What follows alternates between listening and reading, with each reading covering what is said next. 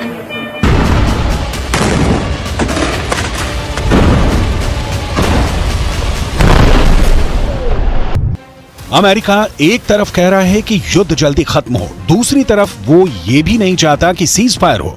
America Israel को लगातार बम भेज रहा है और इजरायल गाजा पर लगातार बमबारी भी कर रहा है, लेकिन 2 महीनों के बाद भी ये युद्ध जारी है और हमास जिंदा है। सवाल है कि क्या हमास के पास इतनी बड़ी ताकत है और क्या इजरायल इतना कमजोर है कि वो मार्च तक हमास को खत्म नहीं कर पाएगा?